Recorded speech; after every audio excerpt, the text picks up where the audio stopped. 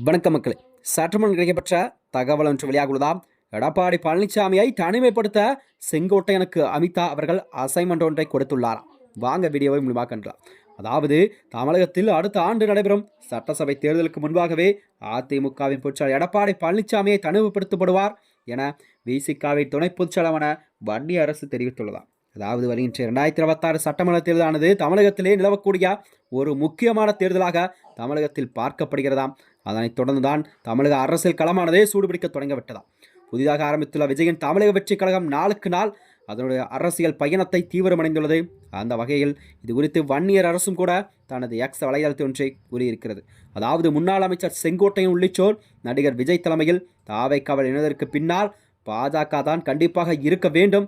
ஏனென்றால் அதிமுகவிலிருந்து கட்சி பதவி பறிக்கப்பட்டவுடனே டெல்லிக்கு பறந்த அமித்ஷாவை சந்தித்து ஆலோசனை நடத்தினார் செங்கோட்டையன். அமித்ஷாவை சந்தித்து அடுத்து என்ன செய்யலாம் என ஆலோசனை கேட்கத்தான் வந்ததாக வெளிப்படையாகவே சொன்னாராம். இப்போது தாவைக்கால் இணைவதும் அமித்ஷாவின் ஆலோசனை தானா என ஐயம் எழுகிறதா. அதாவது எடப்பாடி பழனிசாமியை தடுமாற வைத்து பாதிக்கு பாதி தொகுதிகளை பெறுவதுதான் பாஜகவின் உத்தியோக திட்டமாக பார்க்கப்படுகிறதா. அதாவது நடிகர் விஜய் கூட மூலம் திமுக எதிர்ப்பை வலுப்படுத்தும் வகையில்தான், மறுபக்கமோ அதிமுகவை பலவீனப்படுத்தும் தான் பாஜகவின் சதி. அதாவது தேர்தலுக்குள்ளாகவே எடப்பாடி பழனிசாமி கட்சிக்குள்ளேயே தனிமைப்படுத்தப்படுவார். அதன் பிறகு பாஜக முழுமையாக அதிமுகவை கையகப்படுத்தும். அதற்கான உத்திகளைத்தான் பாஜக தொடங்கிவிட்டதா.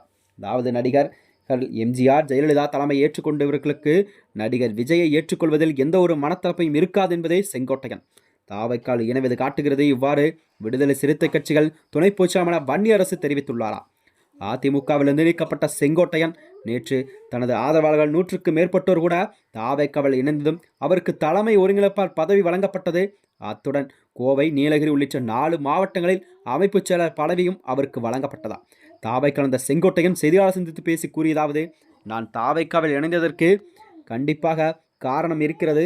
ஏனென்றால் திமுக அதிமுக இரண்டுமே ஒன்றுதான், இரண்டும் ஒன்றாக பயணிக்கின்றார்கள்.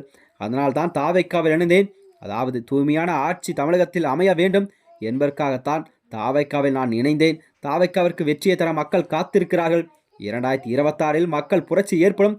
இவ்வாறு செங்கோட்டையன் தெரிவித்திருக்கிறார். அதிமுகவுக்காக அர்ப்பணிக்க கொண்ட ஜெயலலிதாவே என்னை பாராட்டினார். ஜெயலலிதா மறந்தபோது கூட அதிமுக பிரிந்து நான் என்று ஒருவர் நினைத்தால் ஆண்டவன் தான் என்று கண்டித்து விடுவார்.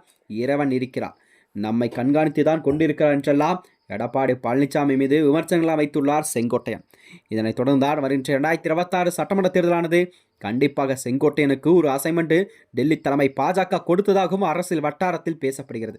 இதனால் எடப்பாடி அவர்கள் கண்டிப்பாக அவரது அதிமுக தொண்டர்களிடையே பேச்சுவார்த்தை நடத்தப்பட்டு அதிமுகவை கண்டிப்பாக தமிழகத்தில் ஒரு காலன்று அணிக்க வைப்பாரா அல்லது அவர் தனிமைப்படுத்தப்படுவார் என்ற நிலையில்தான் மக்களிடம் ஒரு கேள்விக்குறியாக இருந்து வருகிறது.